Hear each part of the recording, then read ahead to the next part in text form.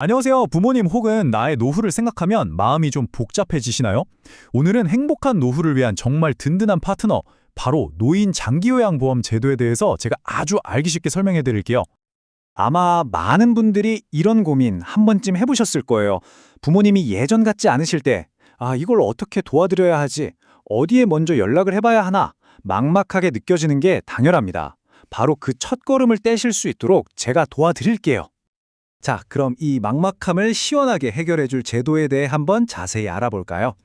첫 번째 섹션에서는요, 여러분의 든든한 파트너가 되어줄 노인장기 요양보험이 과연 무엇인지부터 살펴보겠습니다. 말이 조금 어렵게 느껴지시나요? 아주 간단해요. 이건 국가가 운영하는 사회보험 제도인데요.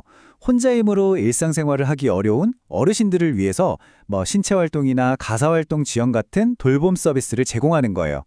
결국엔 가족의 부담은 덜어주고 어르신의 삶의 질은 높이는 게 목표인 거죠. 그럼 구체적으로 어떤 도움을 받을 수 있을까요? 와, 정말 다양하죠. 요양보호사님이 집으로 직접 찾아오시는 방문 요양 서비스도 있고요. 낮 동안 센터에서 안전하게 돌봐드리는 주야간 보호, 또 시설 입소까지 가능합니다. 심지어 휠체어나 전동 침대 같은 복지용구를 사거나 빌릴 때도 지원을 받을 수 있어요.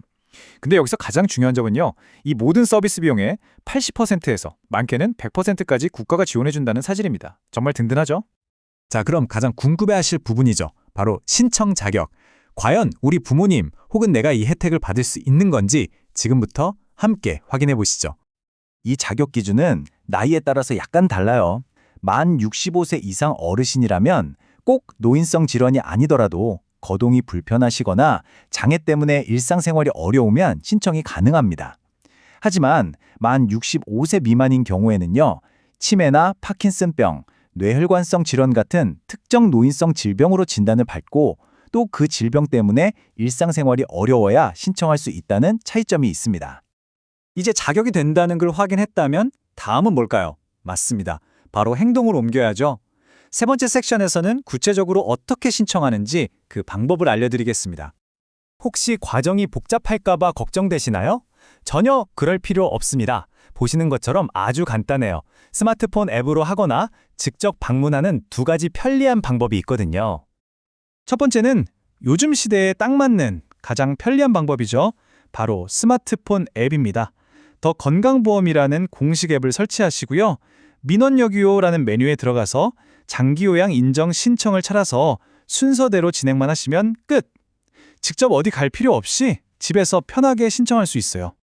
만약 스마트폰 사용이 좀 익숙하지 않으시다면 당연히 다른 방법도 있습니다. 신분증 하나 챙겨서 가까운 국민건강보험공단 지사에 직접 방문해서 신청하는 방법도 있고요. 아니면 관련 서류를 작성해서 우편으로 보내는 것도 가능합니다. 자, 신청을 무사히 마치셨다면 이제 결과를 기다리는 일만 남았죠. 근데 마냥 기다리기만 하면 좀 불안할 수 있잖아요. 그래서 네 번째 섹션에서는 신청부터 결과 통보까지 전 과정이 어떻게 진행되는지 투명하게 보여드리겠습니다. 이 타임라인을 보시면 전체 과정이 한눈에 쫙 들어오실 거예요. 신청서가 접수되면 보통 1, 2주 안에 공단 직원이 직접 집으로 찾아옵니다. 와서 식사는 잘 하시는지, 혼자서 이동은 가능하신지 같은 어르신의 실제 상태를 아주 꼼꼼하게 확인하고요. 그 후에 병원에서 의사소견서를 받아서 내면 위원회에서 모든 자료를 종합해서 최종 등급을 결정하게 됩니다. 법적으로 신청한 날로부터 30일 안에 결과를 통보받게 되니까요. 이 점 참고해주세요. 자, 드디어 결과를 받았습니다. 그런데 1등급, 3등급, 이런 등급은 대체 어떤 기준으로 나뉘는 걸까요?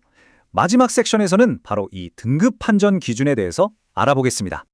이게 바로 등급 판정 기준표인데요.